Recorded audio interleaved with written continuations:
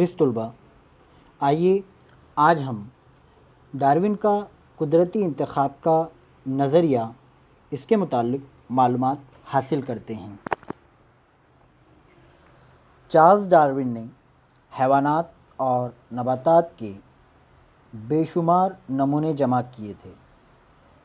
ان کا مشاہدہ کرنے کے بعد انہوں نے جو قابل ہے وہی زندہ رہے گا، سروائیول آف دا فٹیسٹ جیسے قدرتی انتخاب کے نظریے کا اعلان کیا۔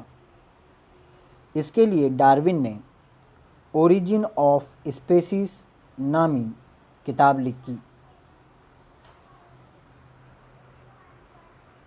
اس میں انہوں نے وضاحت کی کہ تمام جاندار لاتعداد جانداروں کی افزائش نسل کرتے ہیں۔ یہ تمام جاندار ایک دوسرے سے مقابلہ کرتے ہیں۔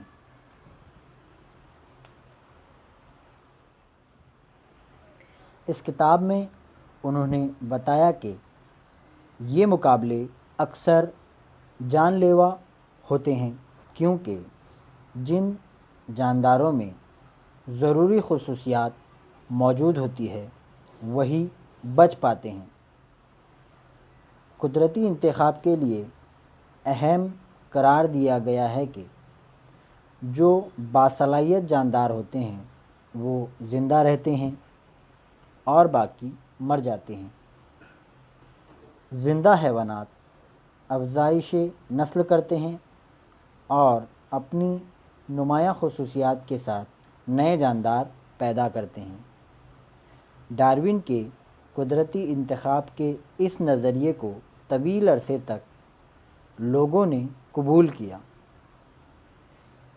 لیکن اس میں بھی کئی نکات پر اعتراضات کیا گیا۔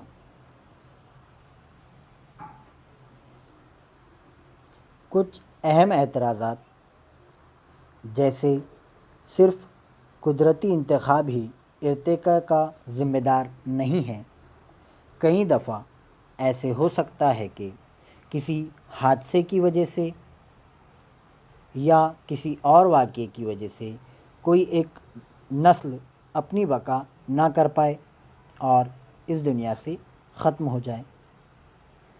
ڈارون مستعمل اور غیر مستعمل کی وضاحت بھی نہیں کر سکا، یعنی کہ کون سا عمل یا کون سی صلاحیت اپنی بقا کرتی ہے یا اپنی نسل کو باقی رکھ پائیں گی اور کون سی خاصیت عمل نہیں کر پائیں گی، غیر مستعمل ہوں گی، اپنی بقا نہیں کر پائیں گی۔ ان خصوصیات کو وہ واضح نہیں کر سکا۔ سست رفتار تبدیلی اور اچانک تبدیلی کا اظہار نہیں کیا گیا۔ ان اعتراضات کے باوجود ڈارون کا ارتقاء سے متعلق کیا گیا یہ کام سنگ میل کی حیثیت رکھتا ہے۔ رابرٹ ڈارون پیدائش 1809، وفات 1882۔ اس انگریز ماہر حیاتیات نے ارتقاء کا نظریہ پیش کیا۔ انہوں نے ثابت کیا کہ جانداروں کی تمام جماعتیں ایک جیسی آباء و اجداد سے اور ہزاروں سال کی مدت کے بعد مرحلے وار وقوع پذیر ہوئی۔ ان کے وقوع پذیر ہونے میں قدرتی انتخاب کا اصول ایک بہت بڑا سبب ہے۔ ڈارون کا نظریہ یہ اس بات کی وضاحت کرتا ہے۔ لیمارک کا نظریہ۔ جان باپٹسٹ لیمارک پیدائش 1744، وفات 1829۔ لیمارک کے خیال میں ارتقاء کے پس پشت جانداروں کی کوشش اہم سبب ہے۔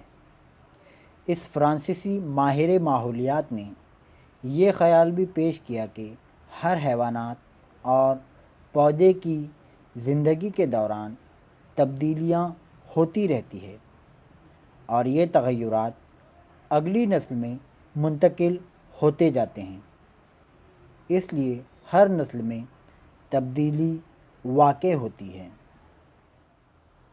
لیمارک کے نظریے کے مطابق ارتقائی عمل کے دوران جانداروں کے جسم میں تبدیلیاں ہوتی رہتی ہے،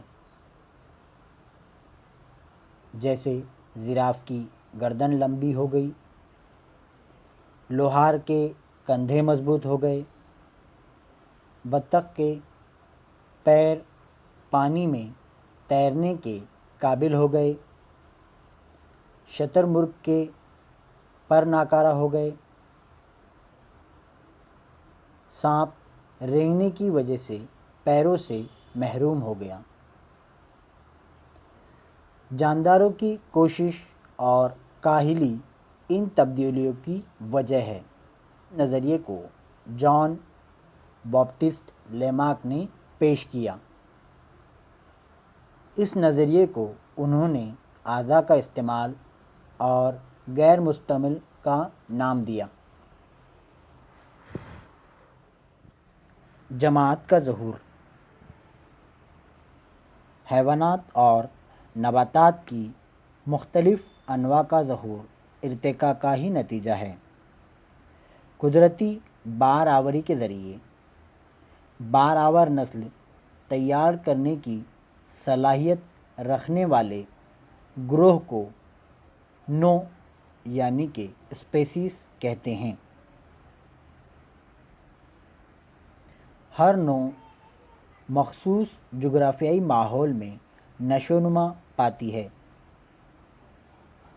ہر نوع کا رہن سہن، غذا، بار آوری اور مدت توافق وغیرہ مختلف ہوتے ہیں، اسی لیے نوع کی خصوصیات باقی رہتی ہے، لیکن ایک نوع سے نئی نوع کے پیدا ہونے کی وجہ جینی تغیر ہے۔ اسی طرح بہت زمانے بعد جانداروں کی جغرافیائی اور پیدائشی تقسیم انواع کے ظہور کا سبب بنتی ہے۔ انسانی ارتقاء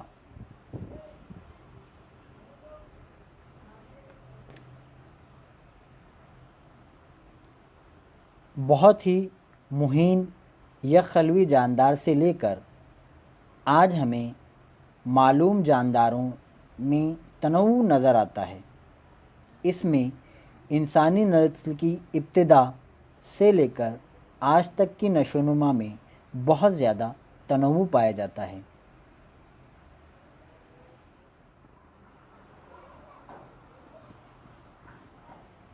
تقریباً 7 کروڑ سال پہلے جب آخری ڈائناسور ختم ہو گئے، تب بندر جیسے حیوانات قدیم اور کچھ جدید لنگور جیسے نظر آنے والے جانداروں سے ہی ترقی پذیر ہوئے ہوں گے۔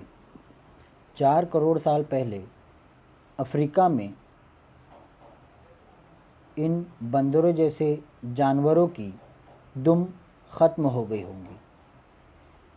ان کے دماغ کی نشو و نما ہو کر ساخت بڑھ گئی، ہاتھ میں اصلاح ہو گئی اور وہ ایپ جیسے جانداروں میں تبدیل ہو گئے۔ کچھ عرصے کے بعد یہ ایپ جیسے جاندار جنوبی اور جنوب مشرقی ایشیا میں داخل ہوئے اور آخر کار گبن اور اورینگ اوٹان جیسے جانوروں میں تبدیل ہو گئے۔ ایپ جیسے باقی ماندہ حیوانات افریقہ میں ہی رہ گئے اور تقریباً 2 کروڑ 50 لاکھ سال پہلے ان سے چمپینزی اور گوریلا پیدا ہوئے۔ تقریباً 2 کروڑ سال پہلے ایپ کی کچھ انواع میں مختلف قسم کا ارتقاء نظر آتا ہے۔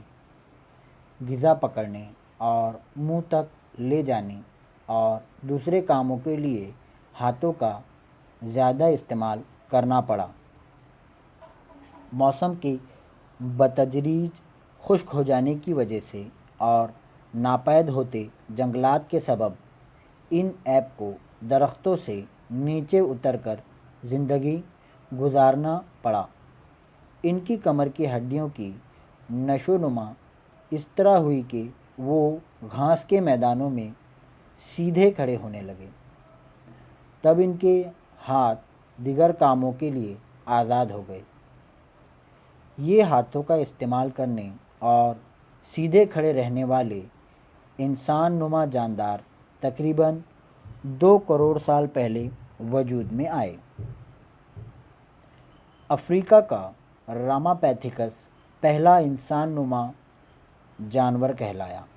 یہ ایپ آگے چل کر زیادہ بڑا اور ذہین ہو گیا۔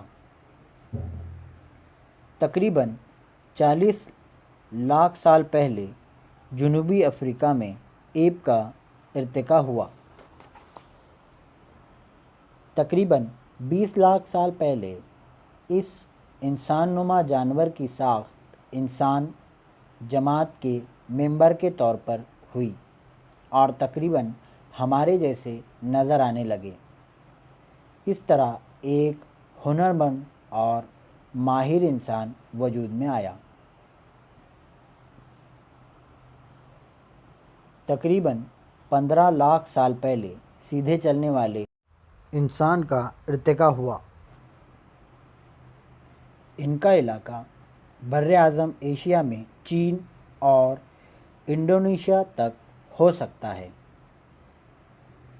تقریباً 1 لاکھ سال تک سیدھا چلنے والے انسان کے دماغ کے حجم میں اضافہ اور ارتقاء ہوتا رہا اور اس نے آنکھ کے استعمال کی دریافت کی۔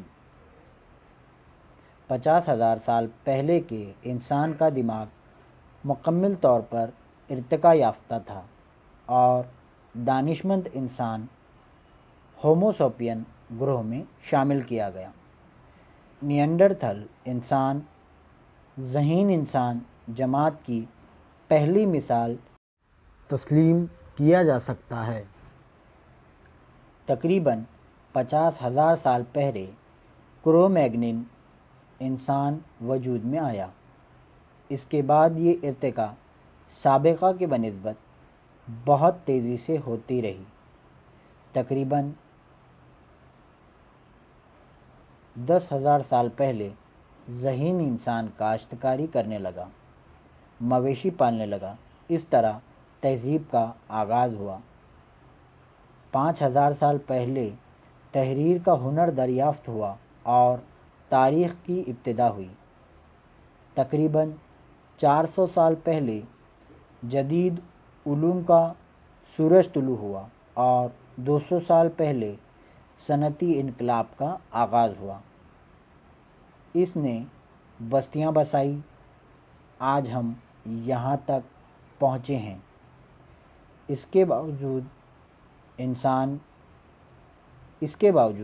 انسانی نسل کے آباء و اجداد کی تفصیل کی تلاش اب بھی جاری ہے۔